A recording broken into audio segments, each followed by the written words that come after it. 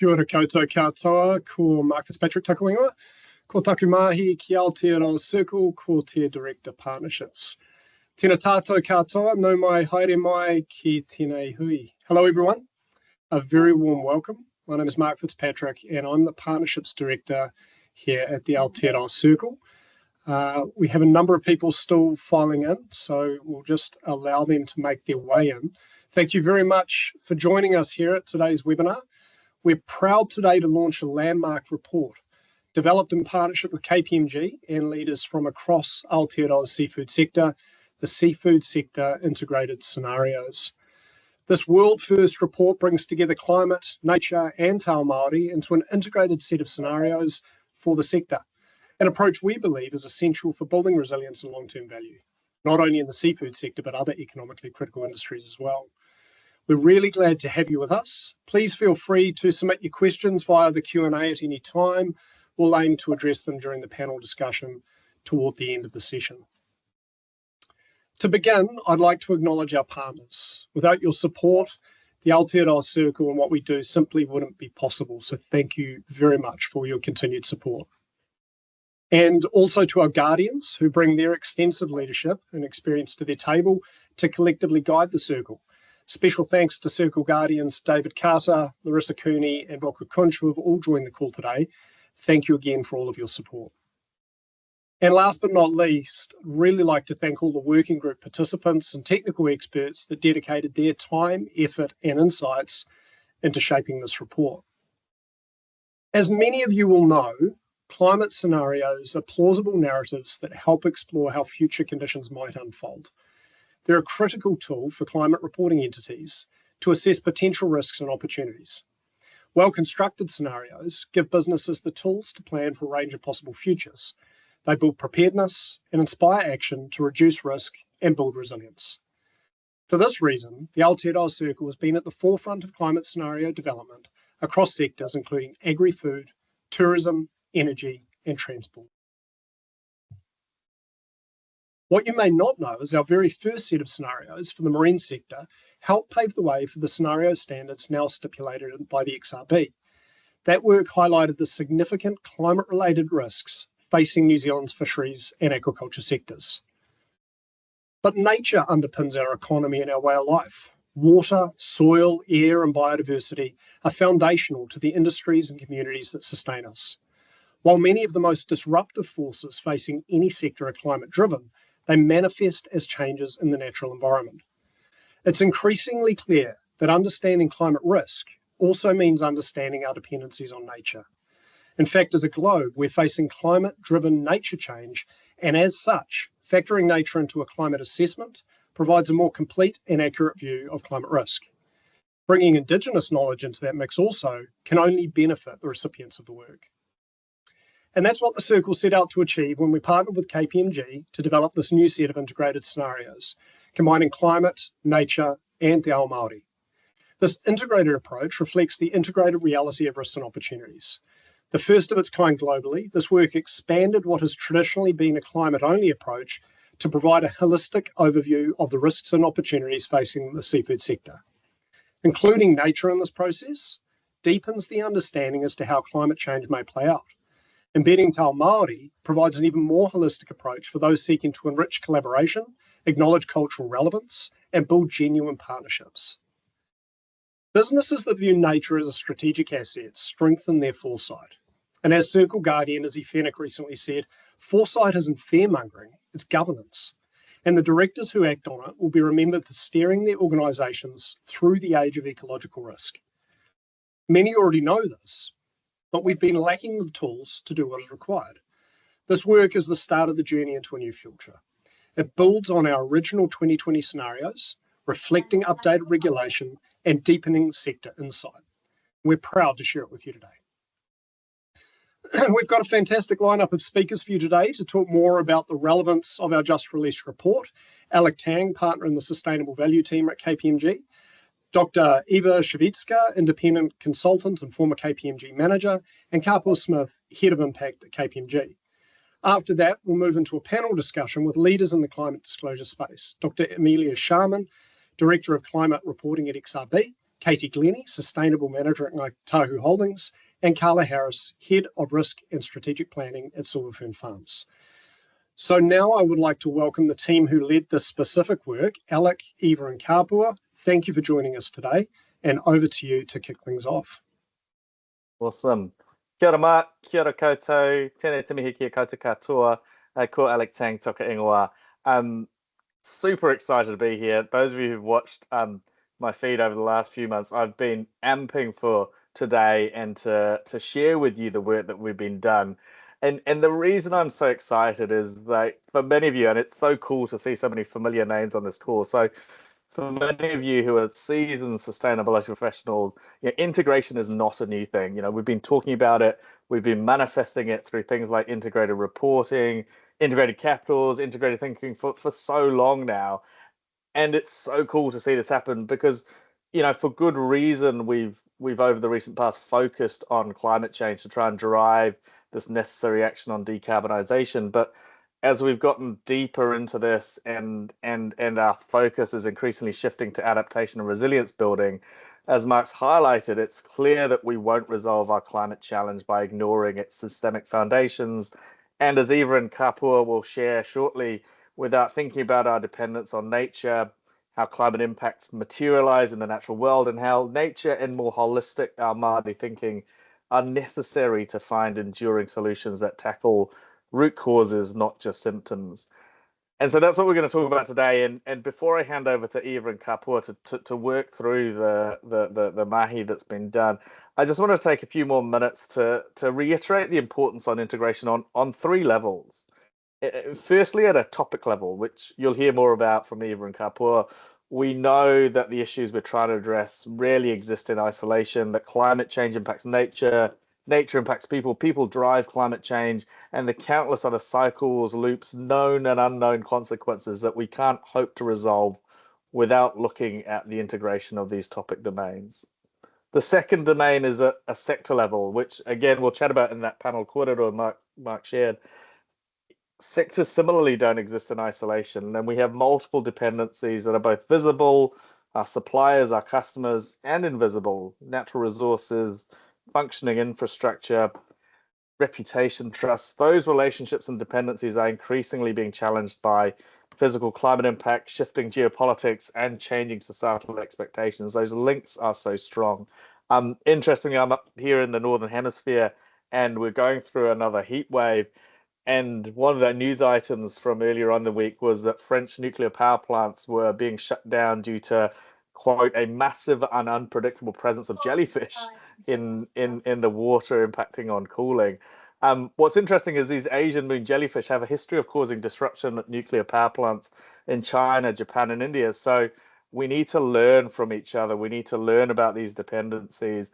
And then through that, we can find better solutions, which brings me to my third point.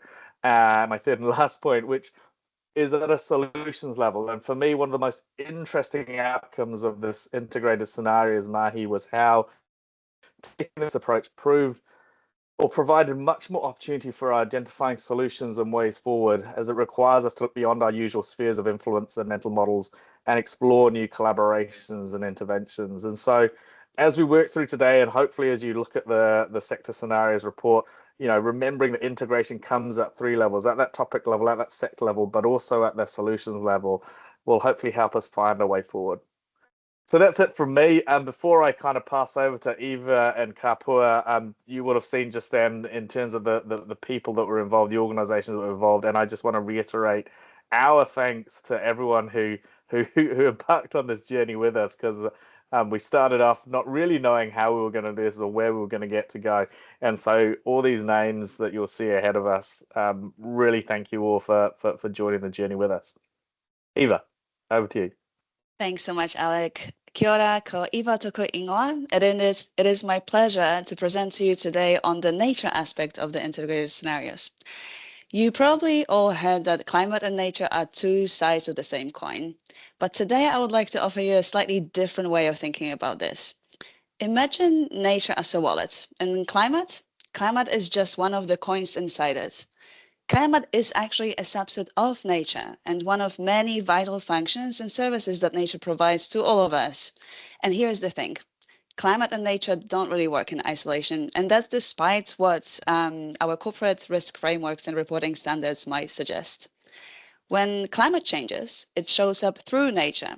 We see it through flooding, through fires, biodiversity loss, and we see it when species start migrating to different areas, or when food webs get disruptive, or when invasive species or organisms and diseases spread to the places that they've never been before. And here's what it makes it really critical. When we lose nature and biodiversity, we are actually weakening nature's ability to bounce back from climate change. So it is like removing the shock absorbers from the car. Suddenly, every bump in the roads feels so much harder. Climate impacts reach our businesses and our economies way faster and also with a greater force because nature can no longer protect us because of this reduced capacity to protect us. So for most of businesses and sectors today, understanding how they connect with nature isn't just nice to have. It is absolutely critical for the long-term survival and success of your business or of your sector. And this is exactly why the seafood sector recognized that they need to look beyond just alternative fuels for fishing vessels or the sea level rise or the temperature changes, and they took much broader view, considering things such as inland sediment runoff, shifting fish migration patterns, and the spread of diseases, and how marine protected areas could actually strengthen the populations of fish species while creating the win-win outcomes for both climate and nature.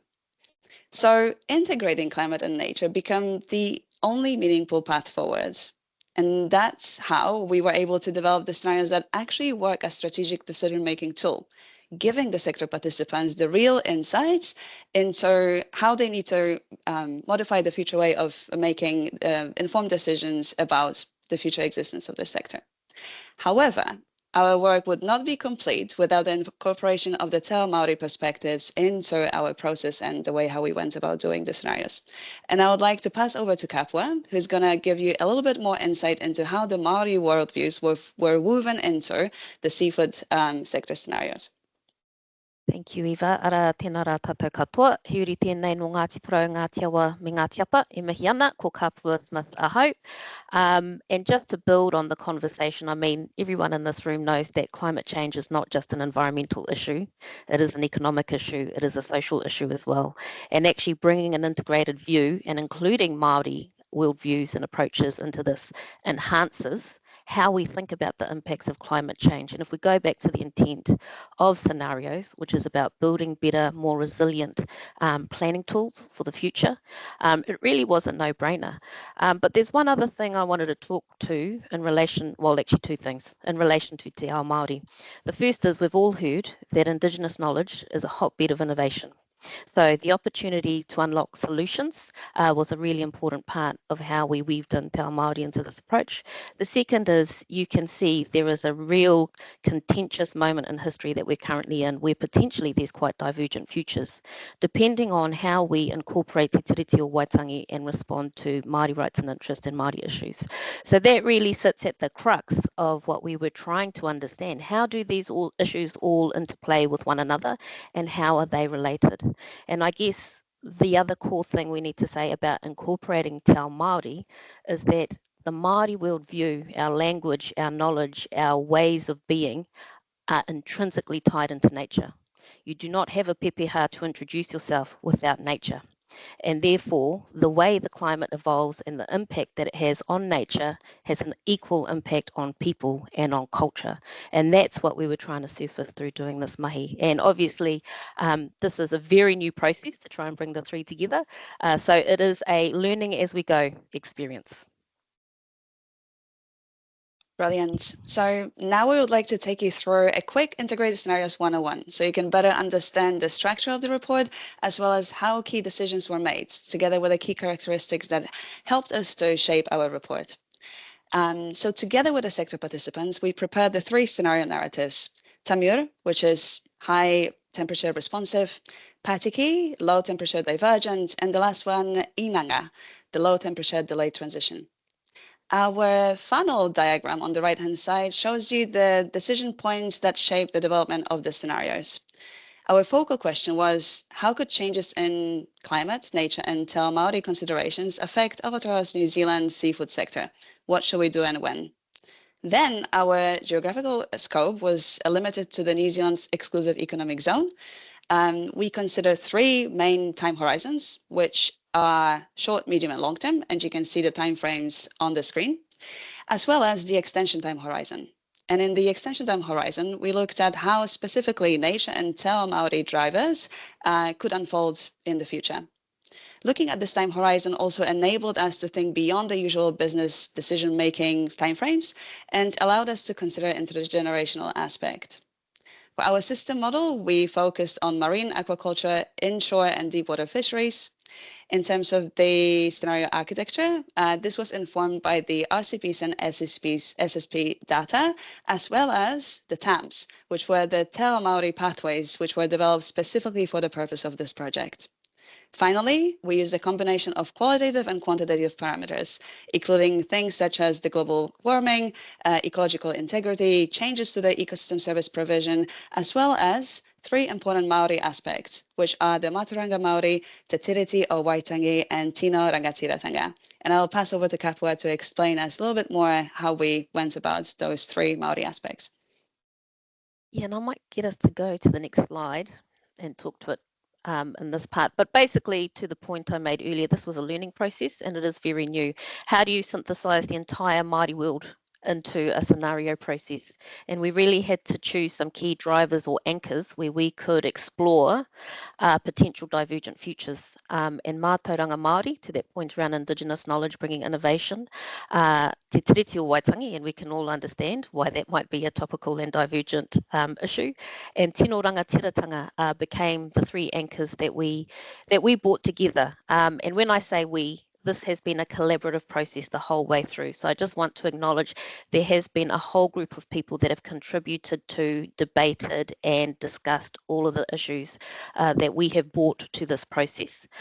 In relation to the project, we focused on that collaborative wānanga workshop style approach towards understanding the drivers, the materiality of those drivers, and then developing out those scenarios. To incorporate Te Ao Māori specifically, we added some additional steps. Those of you who've worked with Māori issues previously know that actually Te Ao Māori touches everything. For example, regulatory risk, you could include Te Tiriti o Waitangi under that header. We chose to explicitly pull Te Ao Māori aspects out and create a separate T in the PESTEL analysis to ensure that we were surfacing them up at the right level and that they weren't accidentally invisibilized by being a part of another risk. So that was a really important consideration.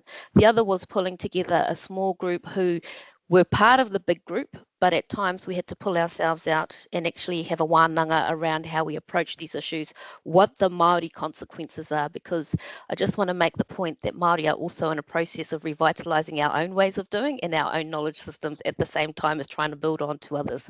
So it's never as simple as having one Māori answer. There's a lot of wānanga that goes into these processes. And then obviously bringing this all back together and creating a really collaborative response to the issue. Eva, do you have anything to add to the process?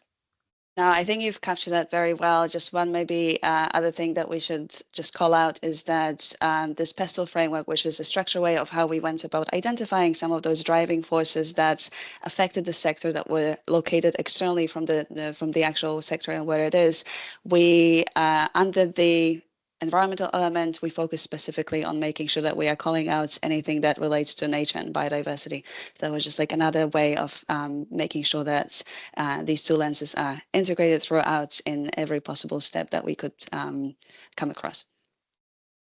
Brilliant. Okay, if we move to the next slide, to finish off, really, we would like to take you through some key lessons that we have learned as part of this project. The first one is that nature and climate are really inseparable and they work together, and changes in the state of one affect the other. Māori aspects shape responses and outcomes. Mātauranga Māori, Tino Rangatiratanga, and Te Tiriti o Waitangi really enable us to ground the scenarios in the local context and also strengthen the quality of the final product, final scenarios narratives. Next, early and coordinated action leads to positive outcomes, making sure that everyone has a chance to be taken along on the journey. Fragmented responses create winners and losers. And finally, delayed action increases cost and reduces option, as it moves us away from being able to be strategic to being reactive. For those among our audience today who are wondering if integrated scenarios are the right fit for your organization or for your sector, I would like to bust 3 common myths. The first one is, it's way too complex. Well, actually, it is not, though it certainly can be if you don't operate at the right level of data resolution. This is why choosing the right methodology, process, and data is so important. After all, if you had a fork in your hands, you wouldn't go around looking for soup to eat it with, would you? The second one is that considering nature and Te Ao Māori perspectives alongside climate triples the workload. It really doesn't. Yes, it requires a little bit of extra effort here and there, and mainly just being proactive about recognizing those areas where you can implement or integrate those 3 lenses. But what you get in return is a tool that's holistic, comprehensive, and it sets the right foundations to inform your future decision-making process. Thirdly, considering nature and Te Ao Māori perspectives shifts the focus away from climate. It absolutely doesn't. These subjects are inherently interlinked, and actually one enhances the other. Together, they create a much more holistic understanding that strengthens our climate work rather than diluting it. So what is the bottom line? Well, this integrated approach doesn't just make sense. It makes our scenarios more useful, more robust, and ultimately more valuable for strategic decision making.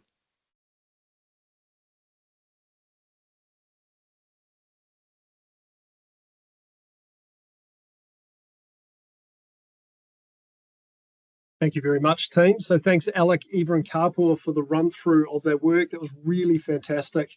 I was very lucky to be part of the process, so it's really warming to see a reflection on the journey we went on. Look, we're now going to move on to the panel. And a reminder to everyone who's attending, we're seeing some questions come through. Please do put the questions into the Q&A. We have a team that are exploring those and they're feeding them through to be able to ask the panelists as they emerge. But look, a welcome to Amelia, Katie, and Carla joining us in the panel. Got a number of questions lined up already, and I'd like to start with you, Alec, please. So KPMG have produced a number of climate scenarios for a number of different sectors. Retail, insurance, transport come to mind. In your experience, how can this integrated approach help organisations go beyond compliance and drive real strategic value in this work? Yeah, it's a great question, and it's a question that we've been asked quite a bit. And I think my first thing to note is to remember that Scnearios full stop are a strategic tool, and Eva referenced this earlier in her kōrero. Yes, they form part of climate disclosure requirements, but actually, as many of you will have heard me and others talk about, they should be part of your strategic toolkit. They should be used to test your understanding of key assumptions, dependencies, how well you understand your business, how well you understand its drivers of value. And it's really interesting right now where what we're hearing is that what we need to demonstrate is how this impacts business value, and it's not just a values-driven conversation. And so what Scnearios do broadly is that they help you test that, and they help you understand what are your drivers of value and how are they exposed by all kinds of uncertainty. And because you want to do that, when you think about a more integrated scenario that explores not just a climate context, but as Eva and Kaps talked about, the relationship between climate, nature, Ao Māori, between people and nature and your dependencies, it gives you a broader set of issues that you can then probe and test through the analysis that you're doing. And so remembering that scenarios are a tool that you apply to test your business. And so if you remember that, and whether or not you're a climate reporting entity, or whether you're just, and what we've done, which is fascinating, is use this with organizations, or use scenarios with organizations that aren't climate reporting entities to do the same kind of thing, but not with the disclosure in mind. So, and I think that's what you need to remember, is the value of the scenarios as a tool to help you think about issues strategically, not just to produce a report or a disclosure at the end of the day. That helps. Yeah, no, absolutely. the value sitting behind the process, not just the report. It's a theme that's emerged quite commonly of late. There's no two ways about it. And look, Amelia, you guys are in the thick of this space, obviously have immense experience associated with this, have a key role in shaping what climate reporting for New Zealand entities looks like. Where do you see climate reporting heading and its greater integration, potentially of nature, Te Māori and climate? Is that a part of our future? Yeah, I mean, as anyone involved in this reporting space would know, it's just evolving so rapidly, like day by day. And there are trends in some places towards increasing mandates and increasing data requests. And, in others, there are trends towards simplification and rollback of reporting requirements. But I think it's really important to emphasise that all the evidence points to climate reporting, as a whole being here to stay globally. And as Alex said, those entities who are taking the time to do it well are seeing really significant strategic insights from better understanding their value chains and how resilient they are to that, the changing future. And then in terms of integration, absolutely, it is definitely an important trend. The desire from the user perspective is to see that really holistic picture of the impacts, the risks and opportunities of the entities, and they want to see that financial and non-financial story, making sense together. And then, again, we know that the value to the company of doing a separate process internally to look at different topics is really likely to be significantly less than looking at the issues on a holistic basis. At a standard setting level internationally, we're also seeing indications of this trend. So, for example, the International Sustainability Standards Board is indicating that it might be emphasising its broad sustainability standard, which is its S1 standard, in conjunction with specific metrics, rather than doing new standard setting via an S3 on nature or an S4 on human capital, at least in the near term. So we're paying really close attention to that. But yeah, it's really exciting to see this integrated work coming to the fore. And so in that global context, Amelia, is there any hints on timing as to when that sort of may be unfolding in the global context? So the ISSB has meetings coming up. We listen to those. We're really interested, and we actually have the vice chair of the ISSB in New Zealand next week. So we'll be getting some inside information from her. Luckily, she's a New Zealander, which always helps. But yeah, it is changing so fast, and it's really interesting. I think we're seeing in some jurisdictions this kind of topic-specific rollout. Like we've got in New Zealand, we've got climate reporting here in New Zealand, and in Australia they've gone climate and they haven't brought in other topics yet. But I think increasingly, as the emphasis comes into the strategic value, this idea that you kind of can't delineate so clearly between topics is from a practical basis just becoming increasingly clear. Yeah, if I can just jump in there, Mark, because being here in the UK, interestingly, UK is just consulting on their version, the UK Sustainability Reporting Standards. And the conversation that I'm hearing is like, what lessons can we learn from New Zealand? And, how do we ultimately learn those lessons quickly about actually, integration is really important. And what are the values of Scnearios? And how do we make sure we're not losing some of that through the stands? So it's, and as we knew, kind of going early meant that we have learned lots of really interesting and important lessons. And now others around the world are trying to go, well, tell us about that, share with us, so we can leap over or catch up really quickly. And one of those is integration. How do we recognize climate's really, really important right now, but we also recognize the integrated nature of these issues that we're facing, and which Eva and Karps talked about, the solutions bit, right? How do we move forward? So what is the exam question is, so what are we going to do about it? Which you need to think about those dependencies and interrelationships. But otherwise, you will get all kinds of unintended consequences if you just think about reducing carbon, or you just think about climate change on its own, or climate on its own, without the implications for nature or the opportunities of nature. Absolutely. Absolutely. And look, we're lucky enough to have two incredible partners of the Circle that are integrating within their work, and with Silverfern Farms and Aotearoa Holdings. Love to come to you first, Carla. Silverfern Farms is both an export-driven or is both export driven. You're also conducting voluntary climate disclosures. What trends are you seeing among your international customers when it comes to climate and nature related expectations that are then driving your guys' response? Well, our large corporate customers have had emission reduction ambitions for some time, but we're increasingly looking and seeing that our customers are wanting to partner with sustainability-minded businesses to achieve their emissions ambitions.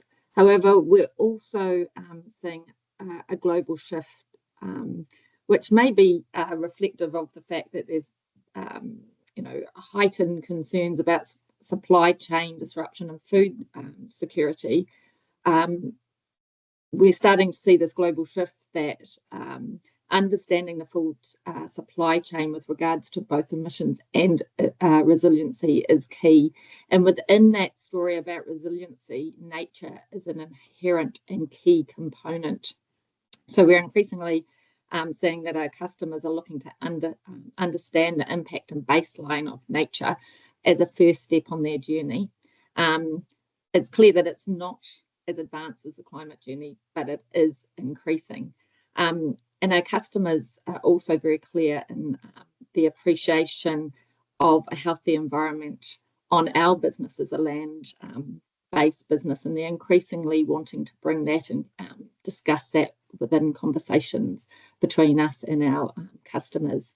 As a result, we have nature at the heart of our business, and we've staked our commitment to become a trusted nature positive producer, as we believe that approach of a nature-rich, sustainably produced product will best position us to succeed in our training markets. That's the trend we're seeing from our customers, and that's the trend we're seeing from the end consumer as well. Absolutely. Seeing climate neutral, carbon neutral, nature positive beef is warm to my heart.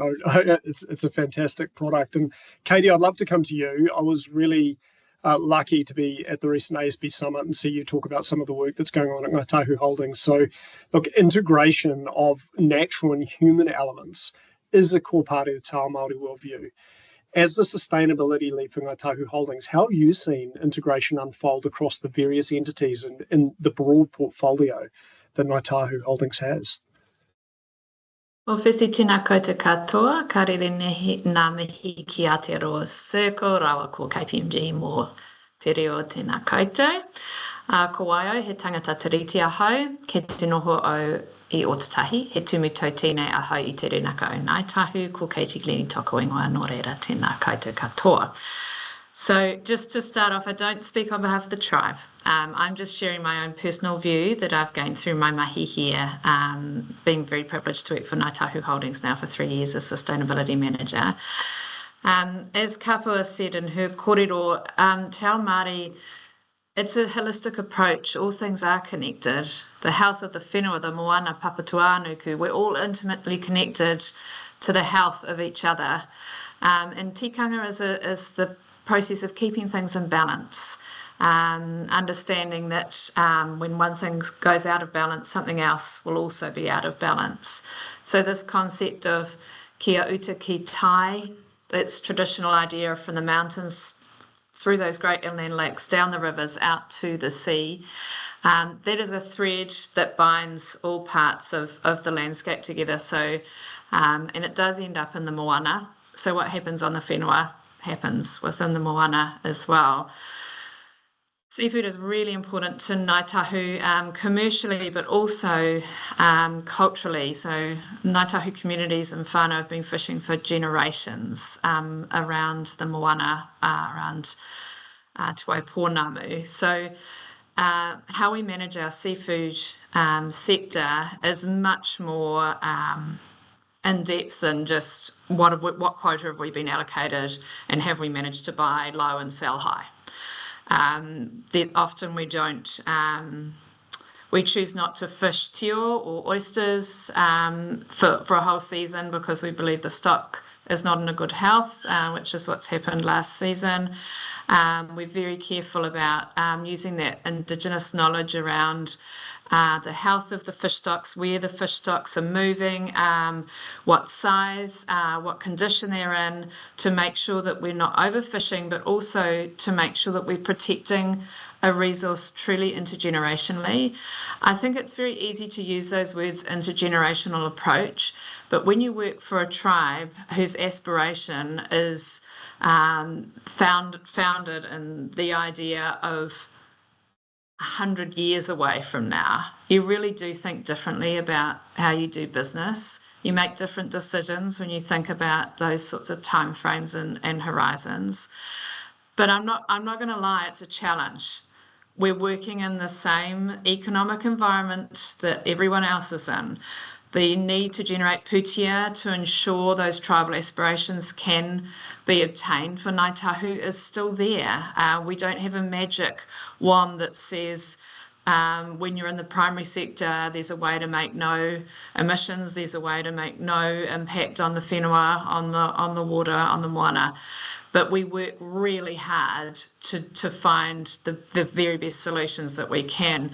The tribe wants to continue to own whenua and to gain more of a footprint back, to reclaim that whenua back into Waipōnamu.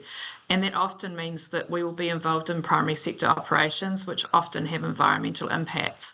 So the challenge is real, and I think the way that we try to integrate that into our approach is to make sure that we know what those challenges are, which the climate scenario planning really helps with. It helps us to walk into a future, to envision what that future might be like, what the impacts might be, and both Kapua and Alec have mentioned this, the so what factor. We don't build up a scenario to put it on a wall and say, didn't we do well? We build up the scenario to enable our transition planning, our future thinking, so that 100-year aspiration is solid and profitable and filled with prosperity for the iwi. It's actually great business sense to be thinking about where you can operate well into the future. So I guess at a very top level, that's how we work to integrate the thinking of these scenarios, and also that idea of intergenerational prosperity into the planning for Ngāi Tahu. Yeah, kia ora, Katie. Not an easy task at all, but commendable, the work that Ngāi Tahu Holdings are undertaking in the space. And Kapua, I'd like to come to you. And we've had a question pop up in the Q&A relating to the integration of Tau Māori, which is obviously an important and fundamental element of this work. The question really is about integrating Tau Māori into other sectors. And given where business is at, where the economy is at, where society is at, should we be, or do we do this in a space where Tau Māori is foundational or a consideration within the work? I think it's about doing both.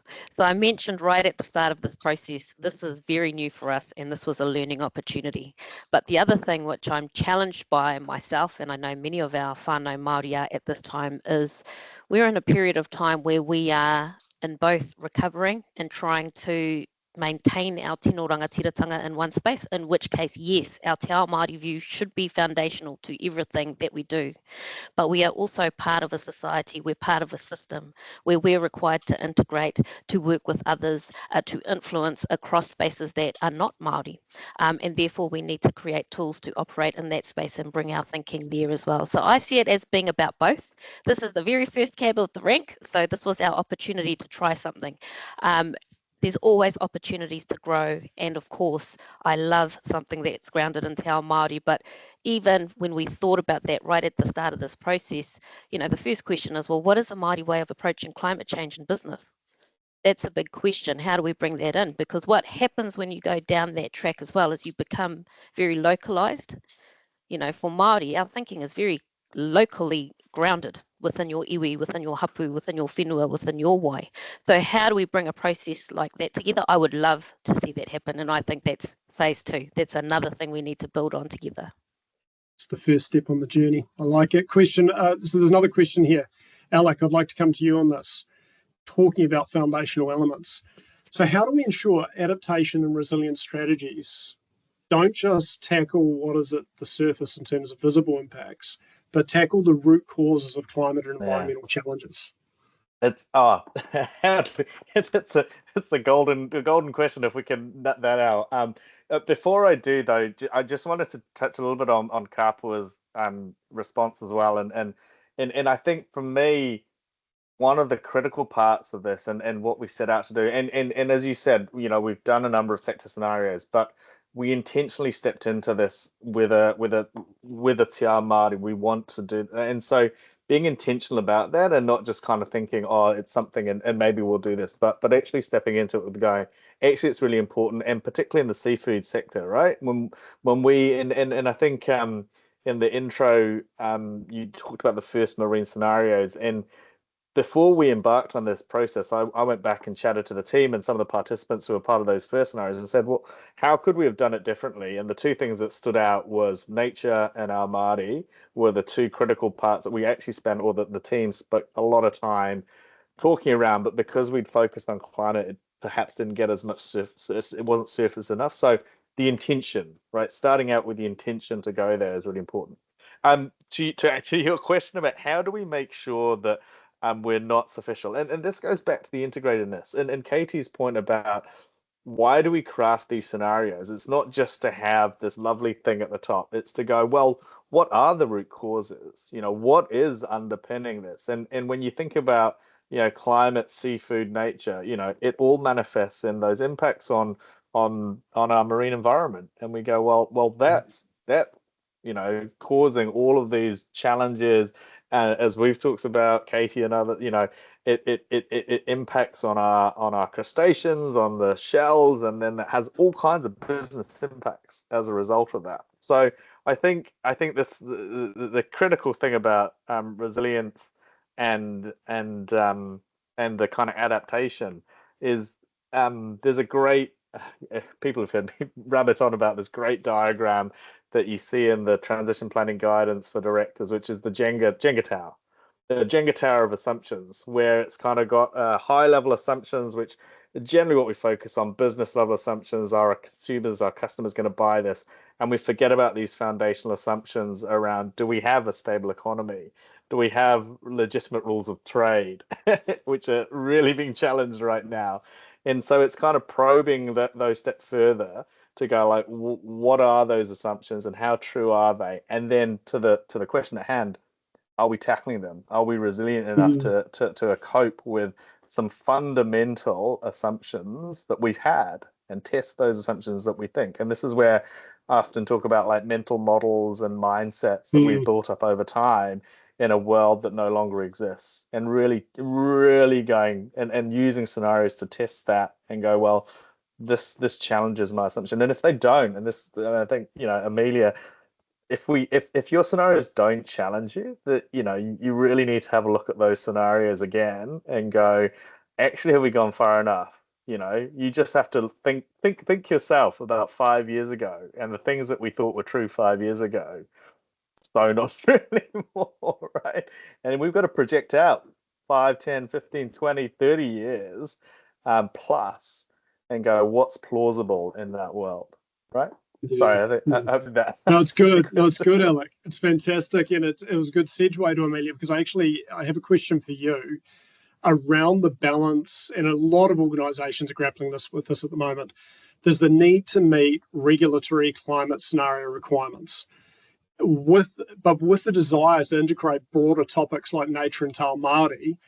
How do we not obscure the climate-specific information? Because, of course, that's a requirement that XRB have, right? So I'd love for you to talk to that.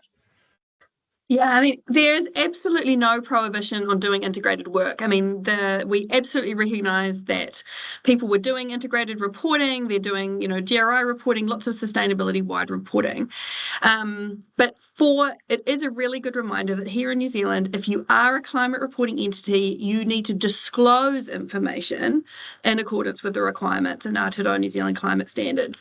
And so the main kind of comment I would make is really rely on those requirements and principles in NZCS3, which is the general requirements standard. And lots of those are there on purpose for very similar reasons like this. So For example, you can use the cross-referencing provisions to allow you to cross-reference to climate elements that exist in integrated work.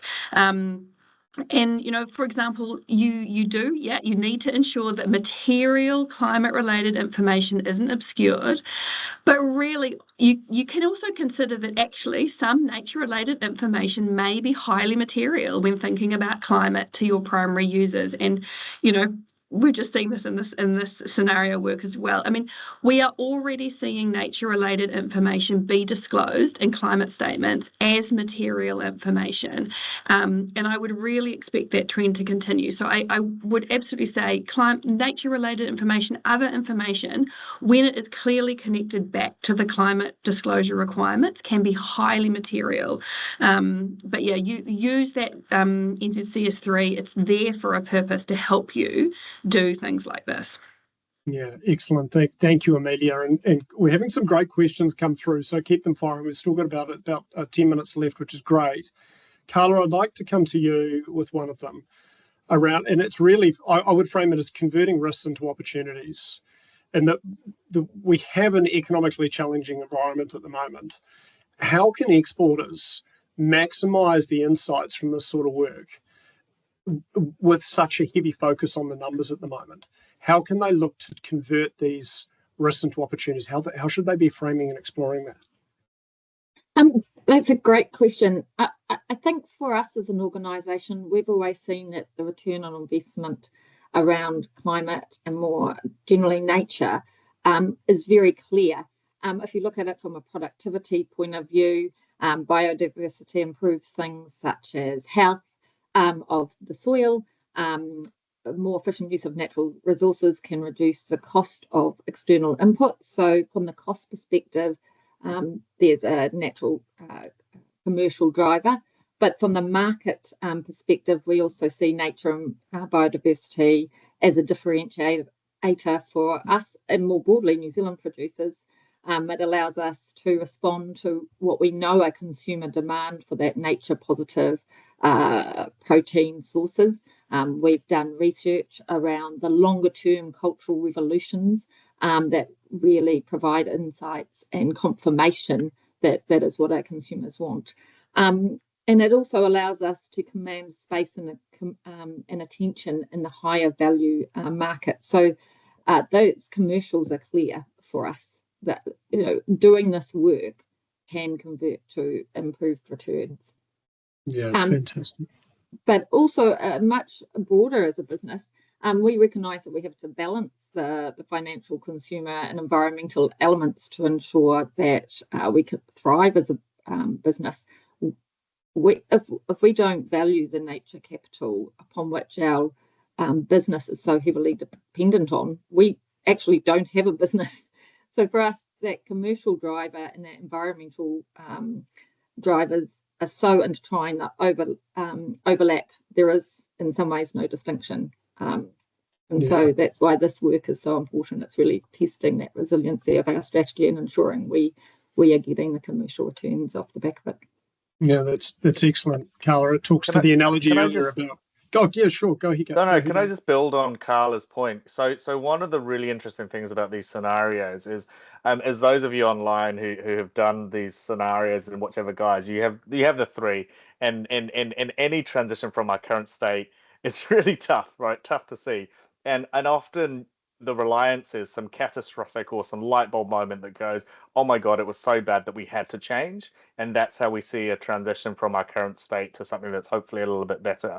But what was interesting in the kōrero around the seafood scenarios was actually the trigger could be a really positive one about recognizing provenance, recognizing the opportunity for Aotearoa New Zealand to have a really crisp food strategy that we rely on and we push hard on. And that causes the change from our current state to something that's actually a more positive future. And this goes back to that opportunities framing that when you look at an integrated, if you look at climate on its own, right now everyone's like, oh my God, it's so dark and depressing. But actually adding these other lenses allows you to go, well, how else might this future manifest so that you've got that divergence? Because that's the key, right, Amelia? You need like distinct distinct but plausible scenarios so you can test. It won't be one of them, it will be a multitude of those. But if you have the same thread running through all three, then you don't have sufficient distinctness to test that range of risks and opportunities, which I think, again, being more integrated allows you to explore that. Yeah, I mean, we always we use the analogy of the scenario analysis is you're putting your strategy in the wind tunnel. Your strategy is the aeroplane. You want your aeroplane to fly, not in the perfect blue sky conditions. You want it to fly in all the bad conditions. And what are those kind of guardrails really at the edges that you're trying to test your strategy against? And yeah, you're right, Alec. None of them will come true, but it's really about saying plausibly into the future, what could it look like? And I think, we're all guilty of thinking, yeah, the here and now is going to stay. But if you look back and think, what was my life like 30 years ago? What was the technology I was using? What were the conditions like? It is actually quite different. And it's just about putting yourself out of that mental model and into something that's quite, creative and different. They're movies of the future.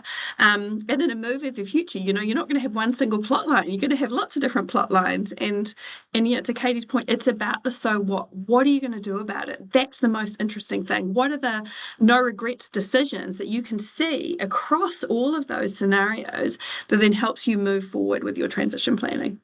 Yeah, nice. And look, Katie, coming to you, in a lot of ways, organisations that have a large portfolio like you do is somewhat a cross-section of society in New Zealand. And thinking about what it is that you manage and thinking about the big picture of integration and the potential to integrate between sectors, Alec mentioning food system level work, your experience at Ngāi Tahu Holdings and the potential cross-pollination of learnings and ideas between the different sectors that you're working in, could you see cross-sectoral integration being part of our future? Yes, there is opportunity there, but I actually think probably the bigger opportunity is partnerships right through the value chain. And that's because often there'll be sort of a squeaky wheel within your value chain that's stopping forward momentum in a certain direction. And it might be that, that there's a technology missing, or that there's a regulation missing, or that there's a particular sort of interest group that's sort of holding the current status quo.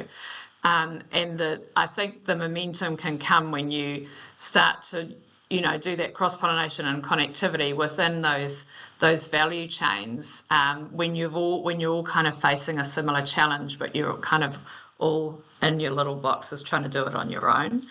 There is cross-pollination across the different sectors that Holdings operates in. We're in seafood, forestry, farming, property, tourism, investments, and absolutely there's opportunity there. But I certainly see partnerships with others as being the real game changer.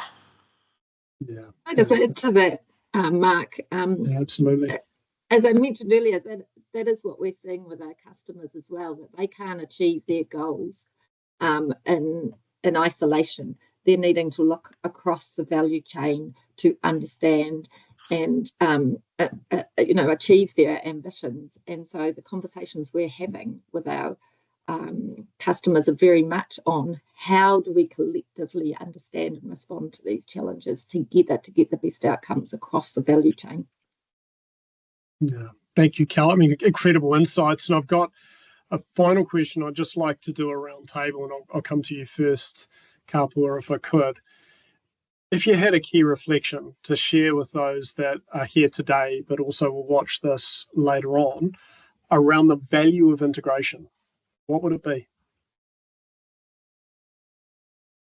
I think there's huge value in integration. I don't know how we operate without integrating these impacts, because when you think about a single drop, the impact is never contained to one particular area. There is always sort of impacts that reflect and touch on other points. So I was just sitting here thinking, what are those kind of examples of where you might have integrated issues that you could focus on? Say, for example, if a river dried up because of climate change, what does that do to your social sort of fabric of a community? What does that do to your culture? What does that do to the economic opportunities in your, community as well? It's about bringing people down to a really practical response and aiming for that golden nugget, which is trying to bring that integrated thinking into practice, that intergenerational thinking into business, which is what we aim for as sustainability practitioners. Kia ora.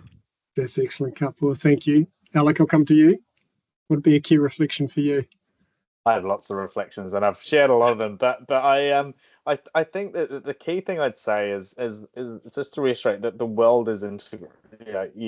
And ignoring that just means that, to our earlier question, you just end up with some superficial answer, or you don't actually get deep enough, or you're not. And I think it was Carla, you talked about resilience. Like, that is the key right now. The world we're in, we need to be more resilient, and you're only going to get that. I always think about a spider's web. Get resilience by more connections. The more connections there are on a spider web, the stronger it is. So I think it's really important you think about those interlinkages. And to Eva's point earlier, the hesitance is that it's too complicated, it's too hard. But you have to take that first step. You can't ignore it. I love the analogy of don't take a fork to a soup. Yes. Don't take a fork to a soup fight. That's the wrong. But anyway, think about the tools that you have, but don't not go. Just acknowledge what you have and move forward with that. But don't ignore it. Right. Thanks, Alec. Thank you, Katie. Any key reflections? Just got this vision in my mind of going to some sort of a fight with a fork. Anyway, yeah. I mean, I think I just. Tautoko Kapua's kōrero there. We just have to think like this. It's just foolish not to, because you'll silo your thinking and you won't actually get the right answer.